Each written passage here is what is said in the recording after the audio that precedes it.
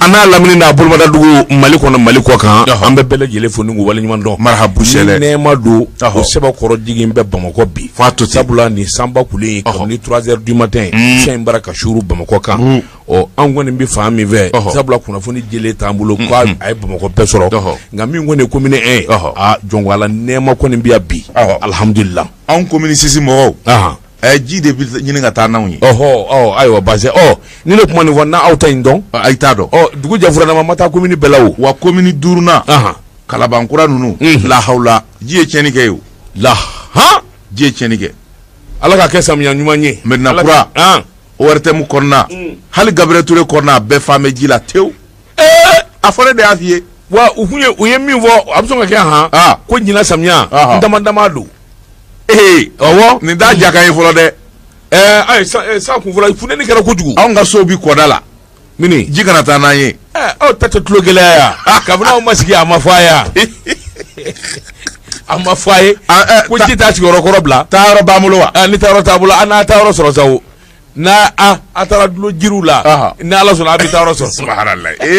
ala kana ni nywana sawara na pegoy ni mita ni sabina kana doni aforaye Bamako kare de tulo ka gele yoro minun dis yoro na foraye aba tulo gele ka tazi abi boyo ayo hotel o ye nyama de ke kola o dorando no te jikunti se ko ni jiti se avise nyama de do nyama ko utika ko de labo nego krafi nam Jeka pip kaka firfon la kodo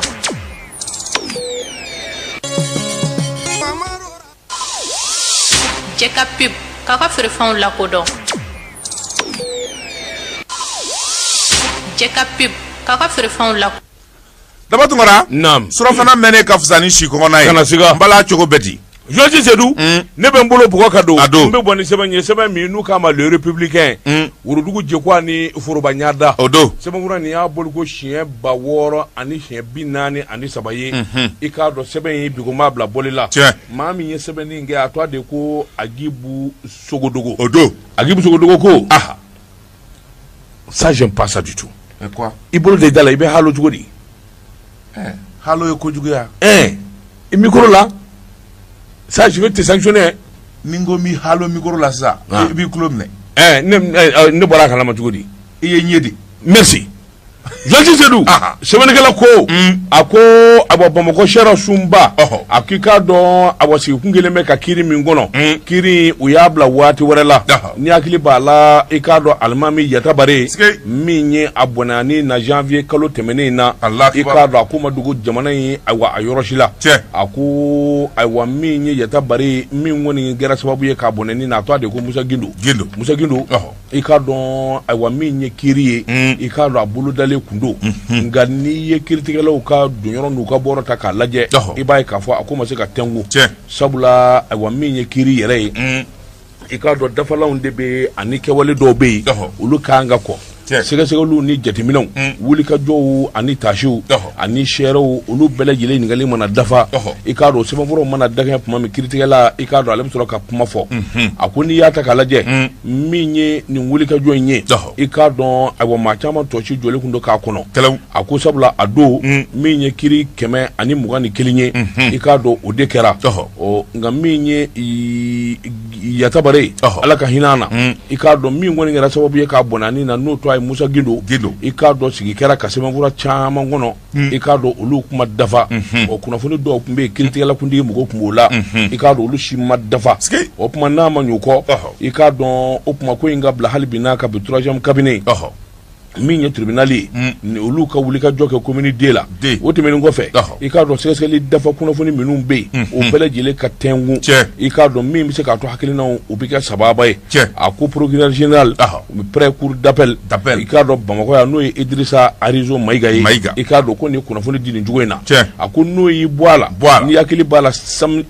sibiri jandemene janvier kalo do klita ani konondo ni mbala ko nana tu Bamako ya sabula awa kamale mi n'a ye ayiwa imam Abdulaziz Yatabare fa i k'a dɔn Yatabare yɛrɛ maa lakodɔnnenba ye diinɛ bunaku kan sabula Haut Conseil islamique o maa don alimami don misiri bala n'o ye Yatabare ka misiri o tɛmɛnen kɔfɛ i k'a dɔn a ka wulikajɔ ani ayiwa diinɛ yɛrɛ cɛsiri o fana donnen don jamanadenw fɛ kosɛbɛ a ko nin don in kɔni fajiri muluku mulaka i k'a dɔn ayiwa nin kamalen gwalen den i k'a dɔn ayiwa a ka bɔ a ka jan a bolo fiyɛfiyɛ i k'a dɔn danda la a ko ayiwa minnu kɔni ɲɛ sɛrɛra ma i k'a dɔn ale de filɛ ka Yatabare ka bɔ a kɔfɛ ka muru tura la tɛ puru ka tila k'a tura la a ko i k'a dɔn kelen kuma min mɔgɔw bɛna sɔmi kuma min k'a fɔ Yatabare kɔni dalen bɛ basi la u y'a ta garagara la ayiwa ni ka labitan ni sɛgɛrɛ fasiriba ko ayiwa min ye gindukɛ n yɛrɛ ye min kɔni kɛra faba ye a yɛrɛ muru in da k'i kun da polisiso kan n'o ye 3e arrondissement ye a ko i k'a dɔn ko ninnu kɔni nana bala ɲɔgɔn na a ko sabula min nana kɛ ko wɛrɛ ye jamana yɛrɛ ka kunnafoni di siraw n'o ye polisiw ka kunnafoni siraw olu sina ka communiqué di ten olu kɔni ka communiqué di ani ayiwa maanifi ka sin ka ɲaami ɲɔgɔn na a ko i k'a dɔn a si ma kɔrɔsi ye a ko Yatabare kɔni ayiwa min ye clinique le polyclinique pasteur taara n'a ye yen nɔ di kuma min n'a sera sa i k'a dɔn joginda ninnu o kɔni ma ko a la i k'a dɔn a fatura fasiriba ko a fatulen kuma min i k'a dɔn kuma nana wɔyɔ jamana fa bɛɛ lajɛlen na o y'a sɔrɔ kɔni min kɔni kɛra sababu ye k'a daɲa o taara i yɛrɛ di ayiwa polisiw ma i k'a dɔn polisiw ka ɲininkali fɔlɔ la a kɔni y'a jira k'a fɔ ayiwa min ye alimami ye i k'a dɔn alimami kun jiginnen don ale la kosɛbɛ ko ale ye gɔrɔdigɛni ye ko alimami kun ko ale ye gɔrɔdigɛni ye o tɛmɛnen kɔfɛ ale kun sɔmina fana k'a fɔ ayiwa kɛlɛkɛlankana dɔw bɛ Solomani ni sa nɔgɔ n'u k'a ma Soloni tɔnja ko alimami kun n'olu se ka bila ale la sabula ale ye gɔrɔdigɛni ye nin kun ye sɛbɛn ye an ye min bɔ le républicain kɔnɔ Worodugu Jekwa ni Foroba Ɲada dama tuma la ne bɛ n tɛgɛ don min bɔ nin sɛbɛn ye an ko min ma nouvelle libération fasiriba n'o ye Mumuni Sako ye nin y'a ka sɛbɛn ye Mumuni Sako ko gouvernement min n'u sigira n'u ye baara daminɛ ministre damadɔ bɛ yen fɛn min ye woso kalama ye o dalen b'olu tigɛ ngami fasiriba ko a ko n'i y'a ta k'a lajɛ fɛn min ye jamana in ye a bɛ dabolo min kan a ka gɛlɛn kosɛbɛ sabula fɛn caman bɛ minnu bisi basalen bɛ fasiriba ko o de hukumu kɔnɔna na bɛnkan min sɔrɔla k'a fɔ gouvernement ka dayɛlɛ bɛɛ lajɛlen ka donyɔrɔ k'i sigi yɔrɔ sɔrɔ fasiriba ko fɛn min ye sotarama ye a sɛbɛkɔrɔ fara fasiriba ko a ko n'i y'a ta k'a lajɛ nka fɛn min ye gouvernement in ye a kɔnɔna na maa damadɔ bɛ yen minnu kɔni bɛ yen n'olu bɛna Tarawele Ibrahima Dayiru Danbele professeur Amadou Diko Mahamadou Famanta Mohamed Agerlaf Cɛbilen Darame Ama Ould Sid Mohamed Arbi Amadou Cham ani Aruna Modibo Touré ko nin bɛɛ de bɛna gɛlɛya sɔrɔ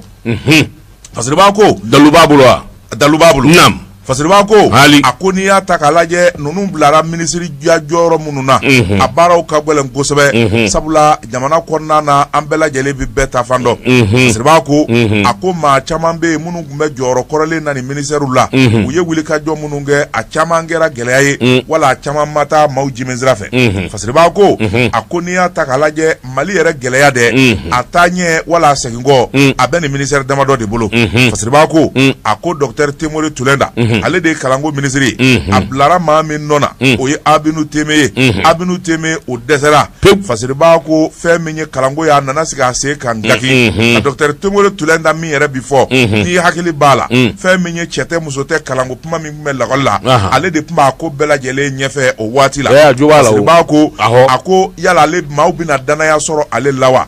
jango école maître kɔni kɛlen bɛ ka kɛlɛ banbali min jutigɛ n'o kɔni ye baara bila ye Temori Tulenda a bi baara ta waati min na école maître taara sɛbɛn min bila ɲɛ a ka tabali kan o ka girinko ye sabu ko tile 72 k'u b'o kɛ u ti baara kɛ grève kalanko banna a banna fo san wɛrɛ naam hali san wɛrɛ kɛ fasiriba ko naam a ko n'i y'a ta k'a lajɛ fɛn min ye wulikajɔ wɛrɛ bɛ yen minisiri minnu bɛ n'olu bɛ lakana ani an ka sɔrɔdaso ko kunna fasiriba ko maa kura min nana o ye Ibrahima Dayiru Danbele ye Segu ka den don cɛŋana don fasiriba ko tiɲɛ don il est de Segu oui il est de Segu dugu jumɛn ye a bɔ Segu dugu jumɛn la a t'o f'i ye n tɛ nin kelen dɔn n tɛ nin kelen dɔn dɛ n tɛ nin dɔn n tɛ nin dɔn o tuma a ye sɔrɔdasi teni bɔ o jɔn y'o bɔ Ibrahima Dayiru a ye sɔrɔdasi teni bɔ a ye vɛsi don sisan n ko fɔta journaliste ni jeliw bi tugu ko kamina woni te ka teni la on na tugu ni ngo an tugu ni sawal koy haramu de gabi vesi de ba ka sa vesi dama ngo on tugu ni ngo dalu chama de on tugu ni ngo de emuna ko nyama kana bla kumana ko nye donde o bana kana bla ka memba ko de ka kene amali damne o temena sa ay boy andi tingine ko godi kanyine ça c'est le passé non quel passé na ma boîte d'affaires jamonati abi boîte d'affaires di dondoni non il faut pas précipiter les choses tingine ko kanyine de akili o sanya bako atwanga tanye pesa ayo bismillah mabita tu fait vivre to okay ayo nam ministre de la défense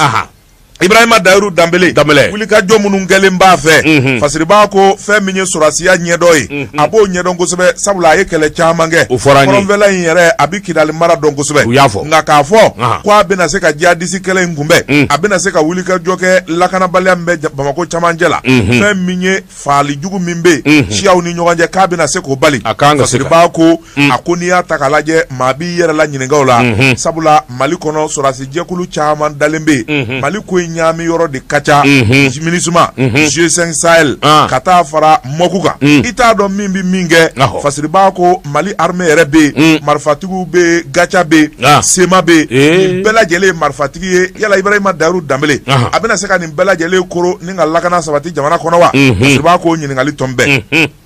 n'o tɛ a ko fɛn min ye Ibrahima Daourou Dambélé a bɛ se k'i singa maa min ma n'o fana ka baara ka gɛlɛn nka o jɔyɔrɔ ye sababa fa o de ye général Salifu Traoré ye fasiri b'a ko a ko Salifu ale kɔni ka baara ka gɛlɛn fo ka taa fɔ ko a to ten nka Salifu a ye wuli kajɔ caman kɛ o n'a ta bɛɛ fasiri b'a ko gɛlɛyaba bɛ Salifu ka baara la koyi sabula diɲɛ don o don lakanabaliya kura o de bɛ ju tigɛ fasiri b'a ko komisariya kuraw ani gendarmerie kuraw sigili jamana fan caman fɛ o kan ka kɛ Salifu ka baara ye min bɛ se k'a to kana ka sabati fasiri b'a ko n'ale bɔra yen minisiri dɔ bɛ u k'a ma Umaru Amaduni Diko ale ye PSP o parti o ɲɛmaa ye jɛkulu min bɛ n'o ye FSD o maa don fasiri b'a ko ale bilara yɔrɔ min na i b'o dɔn de Araki Tala tun bɛ yɔrɔ min na dɛ grève bɛɛ lajɛlen dossier bɛ taa bila yɔrɔ min n'o ye baarakɛlaw ka grève ye u y'o de da ale kun mais min ye kamalen min n'i y'a to a fɔ sisan Umaru Amaduni Diko fila de don a b'i to tubabukan dilan ka sin ka filakan ɲami ɲɔgɔn na i tɛ foyi faamu nka mɛ min f'i ye ale yɛrɛ lɔgɔli karamɔgɔ de c'est un professeur professeur don kelen a kalannen don expérience b'a la wa a bɛ se maa nɛgɛ na il en est capable a bɛ se ka solution sɔrɔ a la dɛ n b'o f'i ye dɛ ni wari ma d'a ma a k'a di baarakɛlaw ma a tɛ se dɛ a ta bɛ kɛ kuma jalan ye wari ko fana ça c'est baarakɛlaw bɛ grève kɛ u bɛ grève kɛ wari de nɔfɛ o ye tiɲɛ wari ko dun bɛ maa min bolo o b'a mɛn ka wariko bila joni Bubu mais Bubu bɛ wariko bila kɛra ministre ye a t'a bila wariko la sa a t'a bila sa a tɛ ka wariko la tɛmɛ maa wɛrɛ ma a t'a ayi ka taa mun ka de n'i y'an ye sutura sutura la Bubu ye waatinin min kɛ n'a bolo ma dalen don wari kan n'o tɛ sisan b'a sɔrɔ Mali ko b'a la an bɛ sutura aw ye ko in bɛɛ dasi an bɛ sutura jumɛn na sɛgɛ bɛ ɲini k'an fa tile kelen 18 milliards k'o bɔ bɛndenya la e ni Ala cɛ ni Ala engrais san dɔ don nam samiya donnen don nam gɛlɛya min b'a la bi dɛ Bubu don Bubu den ka fisa jamana in ma nam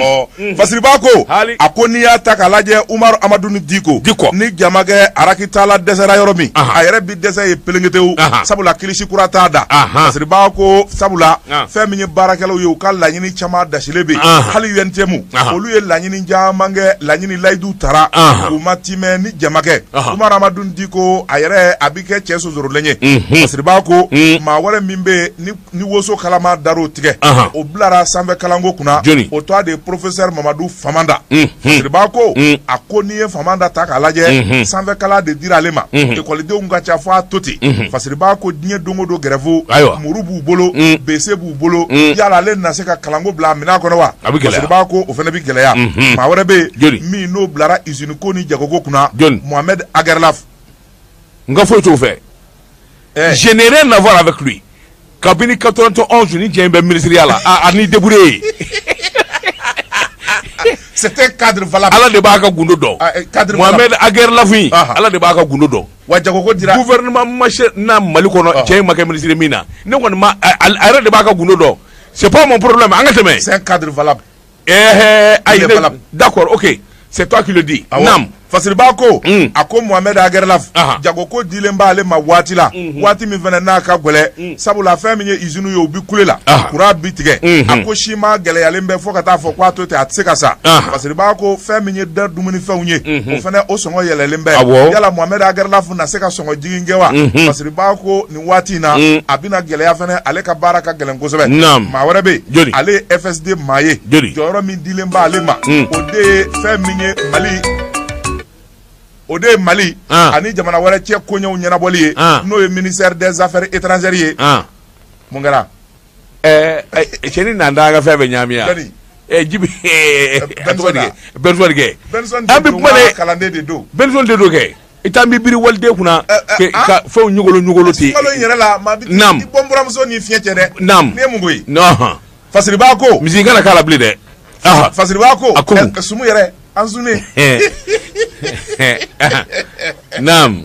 Cɛbilen Darame jɔyɔrɔ min dira a ma Mali ani jamana wɛrɛ cɛ koɲɛw ɲɛnabɔli ko don fasiriba ko Cɛbilen Darame ka jɔyɔrɔ in fana ka gɛlɛn kosɛbɛ sabula Mali n'a dɛmɛbaw ni ɲɔgɔn cɛ Union européenne MINUSMA ka taa se jamana wɛrɛw ma gɛlɛyaba de bɛ sabula bɛɛ lajɛlen nalen b'i ka maa to jamana kɔnɔ ko man di jamanadenw ye nka u sinsinnen bɛ jamana kan fasiriba ko ni Ala ma ja kɛ ni Cɛbilen ko a bɛ manja ɲini Mali dɛmɛbaw fɛ a bɛ mangoya jamanadenw ye n'a ko a bɛ jamanadenw lamɛn ka baara kɛ n'o ye a ka baara bi tiɲɛ sabu minnu fana bɛ n'olu ye Mali dɛmɛbaw ye olu ni jamanadenw tɛ fankelen fɛ fasiriba ko Cɛbilen Darame hali n'a y'a sɔrɔ a delila ka minisiriya in kɛ ka tɛmɛ fasiriba ko baara bi gɛlɛya Cɛbilen bolo kosɛbɛ fo ka taa fɔ k'a to ten maa min bilara ka da o kan n'o ka baara ka gɛlɛn o ye Soko minisiri ye Ama Ould Sidi Mohamed Arbi jɔyɔrɔ min dilen b'ale ma o de ye logements sociaux kow ye ani sojɔ minnu kan ka kɛ minisiri caman dɛmɛna logements sociaux bɛɛ y'i ta fɔ a si ma se ka liste publier fɔ bi ale tɛ ka nɔgɔya la koyi ale ma bila cɛ in nɔ na de Mamadu Musa Sidibe min bɔra ka nkalonmaw tigɛ ta f'a ko tile tan ko liste bi bɔ a ko sinikɛnɛ nin cɛ in tɛ ka nɔgɔya la koyi ni ne don i bɛ se ka liste u ye liste jugu min dilan i b'a bɛɛ publier i b'a fɔ ko e nana sɔrɔ ni a ma ban n'o kɛra i bɛ ka b'a fa bisimila ayiwa fasiriba ko a ko baara gɛlɛn dira cɛ wɛrɛ ma joli Amadu Cam fasiriba ko denmisɛn don n yɛrɛ dɔgɔnin don nka Amadu Cam a bilara jɔyɔrɔ min na o de ye sariya sunba yɛlɛmali ani baara kura minnu kan ka kɛ ka Mali maabaw k'u fɔ k'u don ɲɔgɔn na fasiriba ko baara bɛna gɛlɛya Amadu Cam bolo koyi sabula waati min na n'u yɛrɛ wulila kɛlɛ la ka constitution ko in gɛlɛya an tɛ a banna Amadu Cam ale de tun bɛ ɲɛfɛ video caman bɛ yen ani kumakan caman bɛ yen a ye kumajugu caman fɔ n'a ko a bɛ kuma dɔrɔn u b'o ja a kulo kɔrɔ ale fana ka baara ka gɛlɛn dɛ a na se fasiriba ko a ko ni Amadu Cam bɔra yen maa min bɛ yen n'o bilara farikolo ɲɛnajɛ kunna fasiriba ko o ye denmisɛn biɲɛkɛnɛ ye a ye ko caman ɲɛnabɔ ka fɛn min ye fédération malienne de football a kɛlɛ farikolo ɲɛnajɛlaw yɛrɛ ka bɛnbaliya ani sama-samali bɛɛ kun kelen ka nafa yala Aruna Modibo Ture a na se ka farikolo ɲɛnajɛlaw kala ɲɔgɔn na wa fasiriba ko ni Ala ma ja kɛ Aruna Modibo Ture tɔgɔ duman sɔrɔ ministère fɛn o fɛn na nin bɛna kɔgɔ de k'a bɛɛ lajɛlen la ni k'a lanɔgɔ n'a ɲɛna kun n'a ɲɛna a na tɔgɔ sɔrɔ Joël Telou n'a ma ɲɛ a ka baarakɛlen bɛɛ bɛ kɛ zéro ye dɛ Mali farikolo ɲɛnajɛ problème ye fɛn kelen de ye je te donne la solution Joliba stade Joliba Mali balonda problème filɛ a banna fédération problème banna cogo di ne de m'a f'i ye tout le problème du football malien c'est Joliba stade tout le problème a banna hali sini ni bɛɛ ko k'u bɛ maa min fɛ ni ko k'a kɛ fédération président ye n'a sɔrɔla Sadi Suma dɔɔnin b'o fɛ jolibisiw b'a fɔ k'an t'a fɛ et ça va être compliqué n'a fɔra ko dɔ ka kɛ fédération président ye ni Joliba Suma dɔɔnin b'a fɛ Sadisuw b'a fɔ k'an t'a fɛ mankan bɛ wuli tout le problème du football malien c'est Joliba stade mais non mais Aruna kuma an ka sɔn ministère in na n'ale tɛ maa si se k'a ɲɛnabɔ il va réussir. Il faut quelqu'un quand même pour y réussir, toi aussi. Non. Vous avez aucun hakilina ka gɛlɛn. Non, mais sur le ministère de la communication. Mati shiga to dmana koyi. Problème yoro mi. Il faut que ka ma bla ka ta même se ka ɲɛnabɔ. Le Aruna Modibo la. Abi kungo sɔrɔ nin kelen la. Fo a tɛ foyi sɔrɔ. Bamakɔ ka den don. A yɛrɛ ye sportif ye. Maa ma bɛ nin ko in na a b'a bɛɛ dɔn. U bɛɛ bɛ ɲɔgɔn dɔn. Problème min il va réussir. ala ka réussi kuma dabla sa ala ka réussi no te ngi yar na modibo min se mon na mita pemi malila no fo mita so boli soti boli abta ngo memi fanga koro ale te fanga nyene fe aw kan ngoy aw ka ni ndebi nyabi inna ala ni kala jana ndam aw ka batoyi min vle jigani wo chama ba ne pumaka ma yelema ya wo bala je te donne 2 mois ni pumaka ma yelema ka fo kuma ko mor ala ka yelema jodi se du ne be mbolo buka do be boni sebanye mi nu ka ma ko Carrefour sera kumbe do dan se de ka do sebani keba talinya fe na fi atwa de ko badus Escoba Badus Koba ko i ka dɔn mina jaabi kelen d'i ma i ka dɔn jaabi min n'o bi tali kɛ ka ɲɛsin i ka dɔn i n'a fɔ ministère des affaires étrangères ministère des affaires étrangères a bi maa min bolo o de ye cɛbilen Daramɛ ye nin jɛ in i ka dɔn a bi se hali fɛn min tɛ nin ye cɛbilen Daramɛ bi se ni maa y'i jigi kɛ ala k'i tɛgɛ di ala ma i ka dɔn i ti to a ko cɛbilen Daramɛ nin tɛ bila ko ye min ye diɲɛ kalanbaw ye cɛbilen Daramɛ a ye nin kɛ i ka dɔn wa min ye wulikajɔw ye jamana kɔnɔ maa caman bi disi gosi bi Mali kɔnɔ i k'a dɔn démocratie ŋanako la cɛbilen Daramɛw ye min kɛ i nin don la a ko i k'a dɔn u ka fɔ k'a jɛya sabula cɛbilen Daramɛw min ye Boniface ye ani Cabral i k'a dɔn min ye lɔgɔliden gɛlɛ fɔlɔfɔlɔ ninnu de y'a wuli k'a jɔ jamana kɔnɔ k'a sɔrɔ Musa Tarawele b'a tan ni filafili la i k'a dɔn Mali bɛɛ maaku disa la min ye cɛbilen Daramɛ olu de fɔlɔ a kɛlɛ a ko i k'a dɔn kɛlɛ in kelen kɔfɛ cɛbilen Daramɛ n'i ye wulikajɔw ta k'u lajɛ i k'a dɔn a ye cɛya caman kɛ sabula jamana in jɔli ani jamana kisili démocratie o baaraw nana daminɛ a ko i k'a dɔn ka taa se fo n k'i ɲininka Musa Tarawele binni ma san 23 i k'a dɔn Musa binni kɔfɛ cɛbilen Daramɛw i k'a dɔn u nana wulikajɔ boloda démocratie i k'a dɔn a ŋanaw u nana u ɲɛbilen ɲɛbilen nana kɛ tuma min i k'a dɔn fanga ɲini nana boloda o nana kɛ sababu ye ayiwa min kɔni ye ayiwa Alifa Umaru Konare ale fɔlɔ de ka fanga ta a ko yana ka so ma a ko n'i y'a ta k'a lajɛ min ye cɛbilen Daramɛ ye ɲininkali kɛ tariku kelen bɛ k'a sɛbɛn fan caman fɛ i k'a dɔn baraji ba min i k'a dɔn n'o bɛ ayiwa Selenge ka taa se k'i ɲininka ayiwa Manantali cɛbilen Daramɛ jɔyɔrɔ bɛ nin baraji in na kosɛbɛ sabula a donnama in kama ministre des affaires étrangères i k'a dɔn a tun b'o baaraw la a nafolo sɔrɔli a n'a wulikajɔ kɛ i ka ɲininkali kɛ cɛbilen tɛ bi cɛbilen ye koyi a ko k'i bɔ a la a ko ayiwa cɛbilen Daramɛ Alifa Umaru Konare tile san 1980 wele nana bila ma k'a kɛ ministre ye i k'a dɔn k'a ma ko ministre des zones arides ni hakili b'o la o wulikajɔw ani ayiwa o fɔkadugu barikaw nana bonya kosɛbɛ a ko fana k'i bɔ a la cɛbilen Daramɛ waati nana kɛ i k'a dɔn ayiwa a nana i dabɔ kuma bɛɛ lajɛlen la ka filɛli kɛ filɛliw nana kɛ i k'a dɔn ayiwa wulikajɔ wɛrɛ minnu nana kalifa a ma o de ye kuma lasurunyana i n'a fɔ Sommet France Afrique ka taa se n k'i ɲininka ayiwa min ye wulikajɔ transition kuma Jɔnkunda ka maa ɲɛnama bakun don sabula ale de tun bɛ Jɔnkunda kɛrɛfɛ sɔɔni ma kana sɔɔni ma nin fɔta kana nin fɔta a k'i k'a dɔn de taara wolo accord la accord min n'u k'a ma accord de Wagadugu a donnama in kama accord de Wagadugu i k'a dɔn accord wɛrɛ nana bolodaw kɔfɛ sabula Wagadugu accord in a bɛɛ lajɛlen birisa ɲaamina ni k'a daja ayiwa Bamanju de la cɛbilen Daramɛ wa n'u dusukasi sigilen bɛ a nana wulikajɔ boloda accord d'Alger maa minnu y'a ko dilan a jubaju yɛrɛ cɛbilen Daramɛ b'a la a fɔlen fili ye o. Non, je sais qu'il est spécialiste des questions du Nord. Bon, spécialiste des questions du Nord. O k'i bɔ yen gundo jugu ni k'i b'a dara jamana kan. Cɛbilen Daramɛ c'est un spécialiste de ça. Il sait déchiffrer. Il sait décortiquer. Cɛbilen Daramɛ. Il sait expliquer. C'est un petit monsieur. Merci. I ka nin kuma in a ko i k'a dɔn awa Ibrahim Boubacar Keita don dɔ la a nana nin kuma in fɔ i k'a dɔn a taara Faransi jamana na Faransi jamana na tuma min ni bɛɛ lajɛlen ɲɛna i bɛ ka nin Faransi ta in ɲɛna sabula a kɛra wasaba ye a yɛrɛ nana Faransi ta in bɛɛ lajɛlen nɔrɔ bɔ a la ka sin k'a bɛɛ lajɛlen saboter ni mankan kelen ye ko ale y'a mɛn ko cɛbilen Daramɛ taara Faransi k'o nana ale ka taama de saboter a ko ma ayiwa petit monsieur a ko petit monsieur min n'a y'o fɔ dɛ o cɛ in de filɛ o de ye grand monsieur ye bi nin cɛ in de bɛ n'a bɔ bolo la sabula ninnu ye diɲɛlatigɛ fɛn o fɛn u ye samara o samara tigɛ IBK sen ma a bɛɛ lajɛlen donna a sen la hakaja u y'a jira k'a fɔ k'a tɛ se ni wulikajɔ ma boloda ni jamanadenw ma wele ni maasɛbɛw ma wele ka fara a kan jamana tɔni bɛ daji a k'i k'a dɔn an bɛ don min na ko bi o ko de bɛ sen na a ko n'i y'a ta k'a lajɛ n'i y'a ye Ibrahim Boubacar Keita sɔnna ale masakɛtɔ a ye ministre des affaires étrangères a ka di cɛbilen Daramɛ a b'a dɔn tigitigi cɛbilen Daramɛ a jɔyɔrɔ min b'a la a bɛ se ka min kɛ i b'a kun dɔn a fɛ yan. Non, j'ai pas demandé ton avis vraiment merci. cɛbilen min ɲami kɔfɛ dɛ j'ai a bɛ t'o de régler j'ai pas ami doni na ko bi min ye jamana in ye i k'a dɔn awɔ cɛbilen daramɛw i k'a dɔn ninnu bɛ jamana in dɔn cogo min jɔyɔrɔ min b'u la jamana in kɔnɔ maa si denkɛ se k'a fɔ i bɛ jamana dilan n'i ma cɛbilen daramɛw wele sabula kabini ko bisimila ye an bɛ doni min na ko bi n'a jara u bɛ wele sabula u y'a ɲɛdɔn wa jamana kanu a min bɛ n ka jamana fɛ a ko cɛbilen daramɛ o cɛw de don a ko n'o tɛ ni jamana fɛ tɛ ni jamana kanu tɛ se bɛɛ b'u ye bi awɔ jamana kɔni k'a fɔ k'a bɛ yɛlɛma cogo wɛrɛ la o se b'u ye nka k'o bɛɛ lajɛlen dabila ka tugu Ibrim Boubacar Keïta kɔ o kɔrɔ mɛ n ka jamana de fɛ a ko an bɛ don min na ko bi olu dalen don a la u danganiyanen don n'a ye k'a fɔ min ye cɛbilen daramɛ ministère des affaires étrangères i k'a dɔn a bɛna wuli ka jɔ ba kɛ i ye gɛlɛya min fɔ k'a fɔ min ye cɛbilen daramɛ ye n'a y'a kɛ kɛcogo dɔ la ani jamanadenw kɔ bɛ don ɲɔgɔn ma sabula min ye awɔ tubabuw ni awɔ diɲɛ sɔrɔbatɔw n'a ka bɛ t'olu ka fanfɛla fɛ jamanadenw a bɛ digi olu la n'a ko min ye diɲɛ sɔrɔbatɔ ye n'a ko k'a bɛna jamanadenw fa fɛ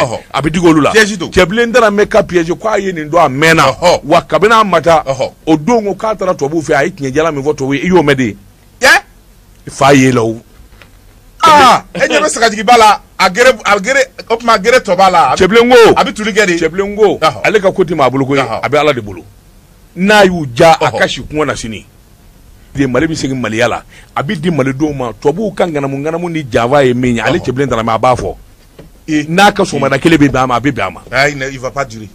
merci mais au moins on sera soulagé ni mun ye sɛbɛn ye an ye min y'a lɔ ka bɔ Carrefour kɔnɔ a ka bi bɔli la Daba Tunkara ni maa min ko i kunkolo ganalen don su fɛ ni dugu jɛra a na ye min tɛgɛ don ka bɔ ni sɛbɛn ye an ko min ma info matin sɔgɔmada la kunnafoni n'o ye Ablaye Ouattara nin y'a ka sɛbɛn ye a ko fɛn min ye kalanko minisiri docteur Temodou Tulenda a taamana a taara assemblée nationale députéw ɲɛkɔrɔ ka taa ɲɛfɔli kɛ ɲɛfɔli min n'a kɛra Temodou Tulenda fɛ nin kɔni di maa jigi sigi ni ka maa jigi fa sabula kuma min bɔra a kɔnɔ Isaka Siribe assemblée nationale président n'a jɛw a taara min ɲɛfu ye o de ye kɛlɛ min n'a wulilen bɛ école ko la a ko gouvernement bɛna fɛn bɛɛ lajɛlen kɛ min bɛ se k'a to san ka kisi san kana kɛ falaki ye fasiriba ko nka ko ale yɛrɛ ɲɛ bɛ min na gouvernement ni école maîtres tɛna bɛn kelen ma fiyewu sabula école maîtres nata da walen bɛ ka ɲɛsin ka nafolo min kɔnɔ o ti gouvernement bolo fasiriba ko u bi jɔyɔrɔ ɲini fɛnɛ na u ko u ka maa caman bɛ yen olu ka ta ka yɛlɛ sanfɛ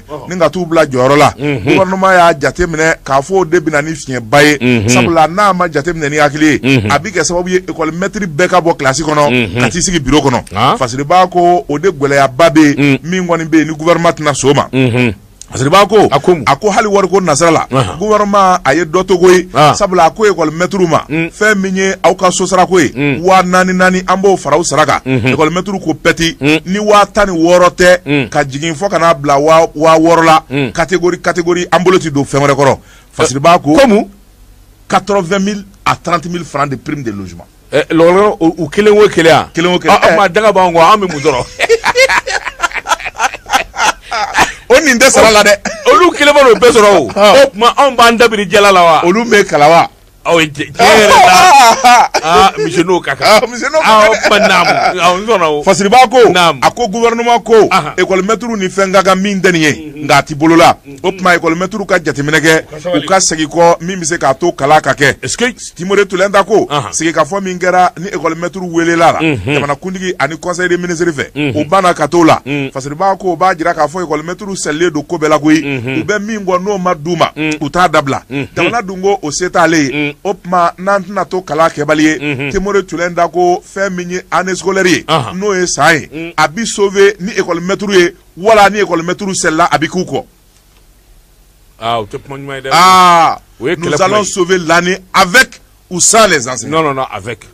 Ou sans les enseignants. Non, sans les enseignants, et ou sans les enseignants. Et il y a la solution. La solution, c'est quoi? Ou ka médecin ta, ani policier ta, ani enseignant munu bɛ retraite la, ou k'u ta u ka examen kɛ u ka fait ou corriger. Toi, tu penses que nous sommes dans un pays dictatorial encore? On est en démocratie, toi aussi. Ça, c'est de la dictature. On veut sauver l'année. On veut sauver. Non, on veut sauver l'année scolaire, on va le sauver. Mais par le dialogue. Et dialogue. Par le dialogue. Depuis octobre, on met dialogue là. Oui. Faut mois de juin, on met dialogue là. En octobre là. Dialogue, c'est bon, hein? Non. À Kaindi. C'est-à-dire que dialogue. Dialogue, nous met dialogue là, octobre, terminé. Ani nous donne bi. C'est pas pareil. C'est pas pareil. Il y a beaucoup de choses qui ont changé. Ah oui. Je te donne un exemple. Et regarde la grève des cheminots. ministre kura sigira a taara kuma fɛ a ma ban biya après 143 jours grève ma ban biya banna. et alors mais c'est tout il faut avoir le prompt et alors il faut savoir parler aux gens c'est tout mais kala ti makonali kɛ koyi l'année scolaire avance journaliste Zedou examen sera ni ala ni kira jɛna n'a ye ni gɛlɛya in bi ban l'école karamɔgɔw bi kɛlɛ in ban i k'a dɔn bɛn bi k'a la ala k'a ban anw ka jamana in ye jamana kɔrɔba de ye anw ka Mali ba le Mali avance le Mali avance cɛ ka pub k'a ka feerefɛnw lakodɔn. Daba Tunkara naam bala cogo bɛ di Josi Seydou ne bɛ n bolo bɔgɔ ka don a don n bɛ bɔ ni sɛbɛn ye sɛbɛn min n'u k'a ma le radar sɛbɛnni kɛba a tɔgɔ de ko Alexis ko a ko min ye n ka foro ye a bɛ n sɛbɛ la jiri jugurunu olu kan ka bɔ a kalama a ko cɛ min n'a bɛ jamana sɔrɔ bolo kan ka jidi wari ka se ka sɔrɔ ka waganden sɔsɔ o de ye douaniers ye douaniers ka ɲɛma i k'a dɔn ayiwa min ye solika wuli ye o bɛ kɛ sababu ye n ka fɛn caman ɲɛdɔn i k'a dɔn a ka boliko fɔlɔfɔlɔ a y'a ta ka cɛkɛɲɔgɔnw sɛgɛrɛ i k'a dɔn min ye marabolo ye baara in daminɛna Kayi Sikaso ani Segu a ko min ye douaniers ye u ka ɲɛma Mohamed Dukara i k'a dɔn a taara yɔrɔ o yɔrɔ i k'a dɔn kangaridaka ani tiɲɛ in tɛ dɔwɛrɛ ye i k'a dɔn anw jɔyɔrɔ ka bon kosɛbɛ jamana sɔrɔbolo la ɔ baara kologirin ani janto yɛrɛla de da ka d'an na n'o kɛra i k'a dɔn jamana ka sɔrɔ ani jamana ka ɲɛtaa bɛ jidi o tuma jigiba de dalen don douaniers kan i k'a dɔn nin kuma in kɔni a ye nin fɔ fa bɛɛ lajɛlen la a ko Dukara a n'a ka nin délégation ba in dimanche don mɛkalo tile 5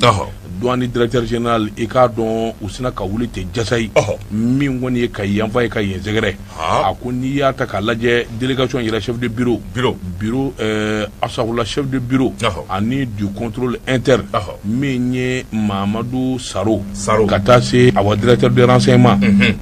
et des enquêtes douanières min ye Amadou Sanogo directeur de l'administration des finances et du matériel min ye Aruna Dembele i k'a dɔn ani maa caman wɛrɛ ani ninnu de ye taama in kɛ ɲɔgɔn fɛ a ko tuma min n'u bɔra Bamakɔ i k'a dɔn u ka jɔyɔrɔ fɔlɔ kɛra Kati ye directeur général i k'a dɔn ani minnu jɛra ka baara kɛ Kati sabula a yɛrɛ ye Kati bureau kɛ a y'o caman sɔrɔ ye i k'a dɔn a ye bonyamasegin kɛ i k'a dɔn ni hakili b'a la sebawari miliyari 13 ka sɔrɔ Kati bureau la a sɔrɔla Dukara de ka ale to yen nɔ a ko n'i y'a ta k'a lajɛ i k'a dɔn hali bi n'a ka bɛn a taara o kangari kelen da i k'a dɔn a jɛɲɔgɔnw ye u k'u jija k'u cɛsiri sabula jamana in magoba de bɛ douaniers la o jɔyɔrɔ ka bon kosɛbɛ jamana ɲɛtaa la a ko ayiwa min ye douaniers ye jango min ye Kati ni Kati n'o bɛ Kulikɔrɔ fɛ a ko i k'a dɔn ayiwa jamana ni fɛɛrɛ bɛɛ lajɛlen bɛna tigɛ u ye min bɛ se ka to hakaja i k'a dɔn ayiwa ɲɛtaw bɛ sabati cogo min na maa min n'a bɔra yen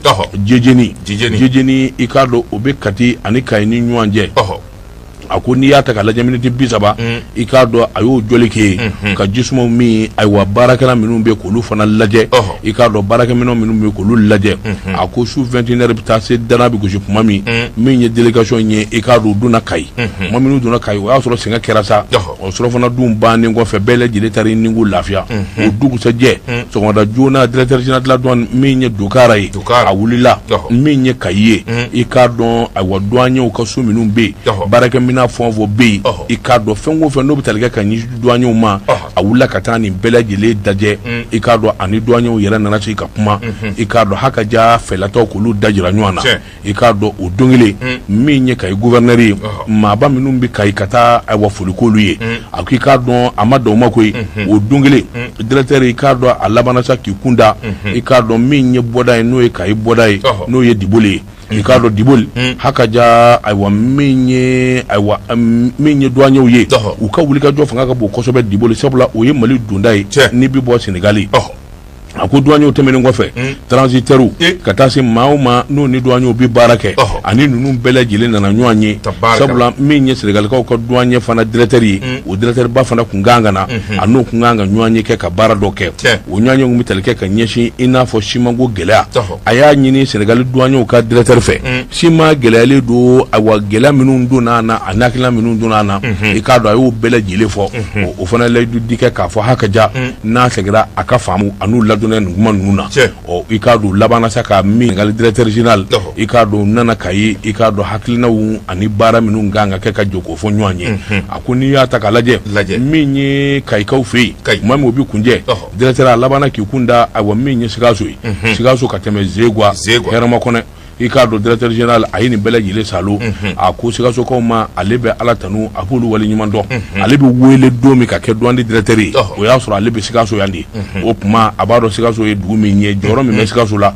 i ka do eleni tanu ni ba anu kanga chesire minunge akuni ya ta kalaje minye aywa doanyo o kokwe akika do ati mabulu kwe fo dingele da nye ni bara de te i ka do bara ni hakilina olu de biseka faranywanga general Mohamed Dukara i ka don aya jira mingo ni nye chesiri o de be ke sababu ye jamana nga bondo la sabla jamana fama o keleme ka mingal falima o de jamana wande bay o kuma ale fana jigi wara tale la douane do ko fu bele jile ka faranywanga nunu ye sabani anye mi zalo ka bara dar kono Alexi ale ka sabani gundu tabato mala ne bin tigado ni boni sabani ango mi ma la sirène fasriba no e la rédaction yi dugu fana keita ni nya ka sabani dugu fana ko be mandi video manuna be nolu bi kuma bololo save et réseaux sociaux bi mandu la dre sabula femenye jiji munumbe nolu be critique la maw ko fo fasre ba ko o kelembe ninga babali bere o tawa ninge kele damnele o nyingali tombe fasre ba ko ako jiji jawara mi na bi commune sabana tribunal kuna jawara koni anachi ni video kele da iba fo ngoyo fasre ba ko akoni adawa Someone abina doko alay kamenyege les vidéos man là-bas les au bededo je suis journaliste animateur de radio point barre journaliste animateur à radio ya gili bala e puma minga bubeka comme bi yere nyi awlu côté kala ne ko do abe puma minunga réseaux sociaux ni fa ode tewa ni kala nu neni kala dmay nga bekele aw ni vible ni adama uba soro yawo inshallah maruti wajuli ni nyafoli ke prakeli ke video la aywa bismillah nam bebe video ke ni bebe video ke abi bo doda ko ama be ko video ke aywa Ousmane Chérif Madana Aidara abi video ke aywa bismillah video ke ko jugwe wa o to ko jugwe ka pma jugu voilà o de ko jugwe aya tete menga nyare tengwene kuma maga ma mandula kwe bi manala kwe bi mandula aklo ka gele nyene voye kan voye enyere here bi madi man bi na sigi kan ma yake e yiboye eta video ke ina donna ni ina dolla jaba côté fasiri ba ko ako fe minye Buba Fane ale video kela bay u ba fo ma to kana ko activiste o juni Buba Fane juni video kela do activiste wallahi ndado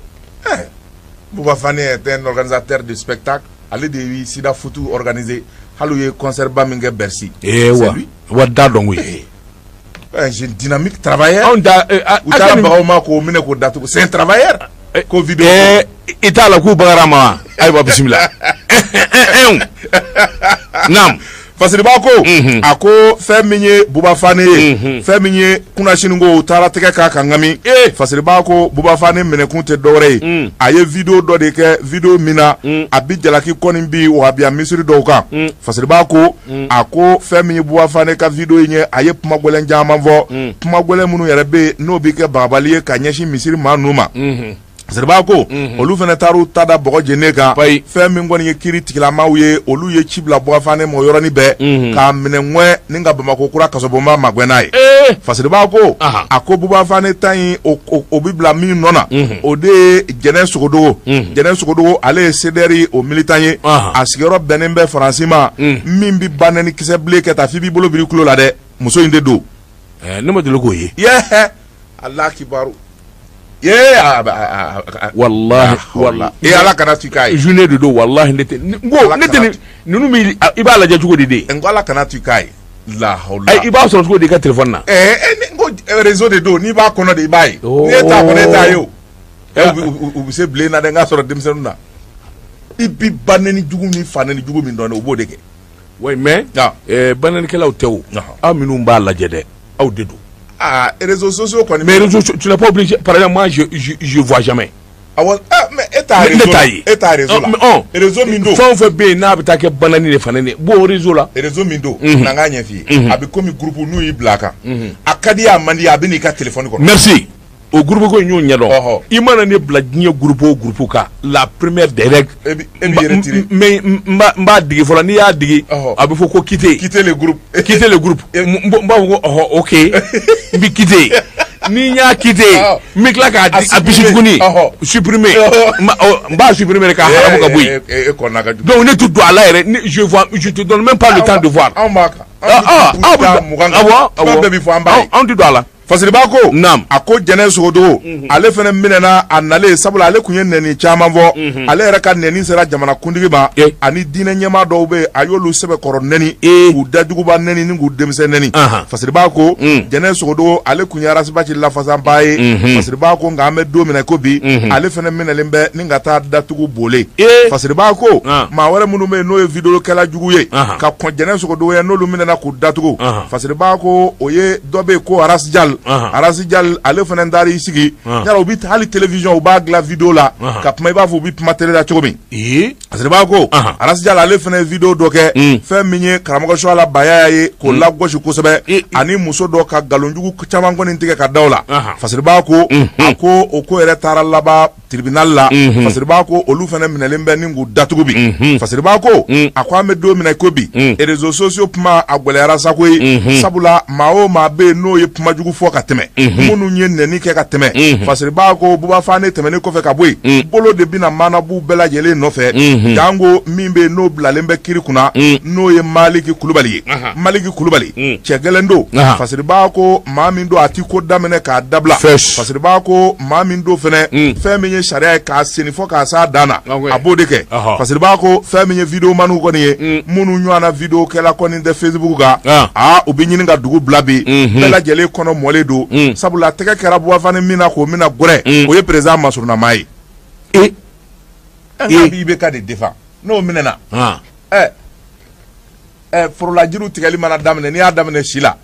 ngunani mbekuni ngunja olu ba do kutitiw ani balaza ni ka forola jiru tigali damne shila atobe ba do ko lutitiw utara bo fane mine o ma fa fe mo dugu masa fa fe be ko o hali ni bi président Masuruna la ubinu bebne yaro mi bi président contre la gun yaro takatela be apma ayo ko soro Fasiriba ko ako labɛ de sabatilen bɛ Banyugu Jabate fɛn min ye wulikajɔ ye n'o ye kiritigɛla ye Fasiriba ko ka fara Maliki Kulubali kan Maliki kɔni nakan do réseaux sociaux a dandɛmɛwalikɛla n'a kumajugukɛla a b'a bɛɛ lajɛlen fura k'a ban peyi kunnafoni filɛ nin ye an ye min bɔ la sirɛni kɔnɔ a ka bi bɔli la je ka don waati n'a ka waati ma se bi an b'a bila k'a bila yan awɔ laginɛkaw bɛ ka muso furu ayiwa kuma naam i bolo don tɔgɔ ne bɛ n tɛgɛ don ayiwa min bɔ ni sɛbɛn ye an ko min ma le kɔnba Fasiriba n'o ye Layi Jakite nin y'a ka sɛbɛn ye Layi Jakite ko an ka taa Guinée Conakry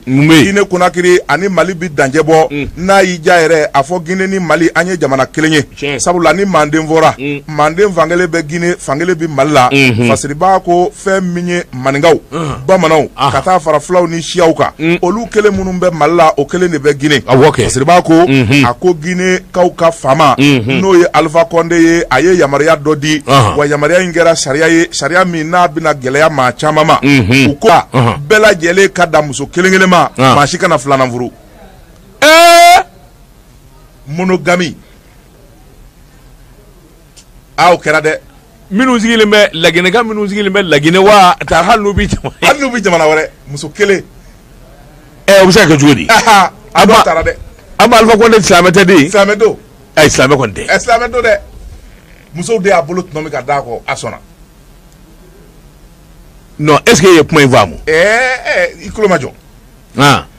Fasiriba ko a ko n'i y'a ta k'a lajɛ Alpha Condé u ka jamana yɛrɛ a sariya sunba min bɛ yen n'o ye constitution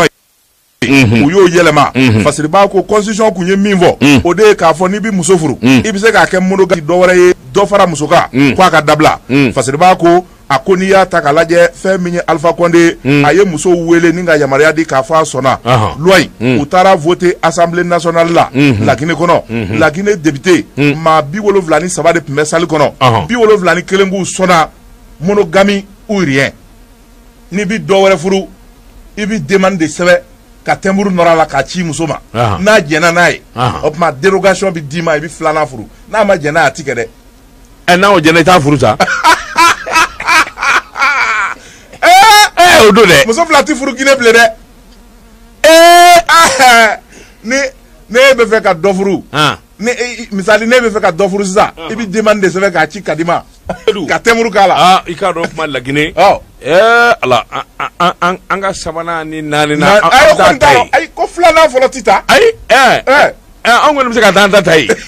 a banna o u tolen don ɲɔgɔn kan sa po Laginɛ muso ɲuman ba nu filamuso jɛman ba nu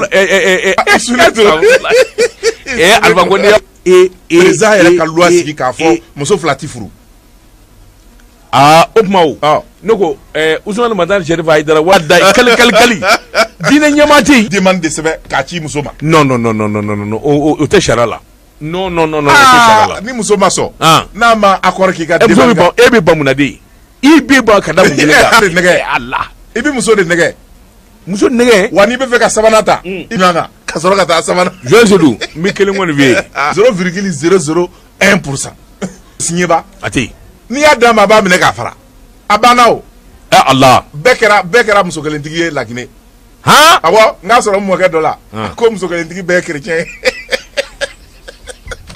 en tout cas chrétien diinɛ na ko chrétien don chrétien diinɛ na a denkɛ min tɔgɔ mana wele ni muso kelen b'o bolo muso kelen a b'a fɔ k'o ye Jacques ye ni min welela ni muso kelen b'o bolo a b'a fɔ k'o ye Gilbert ye ko ni fɛn fɛn ma muso fila ta k'a bɛɛ ye chrétien ye wayi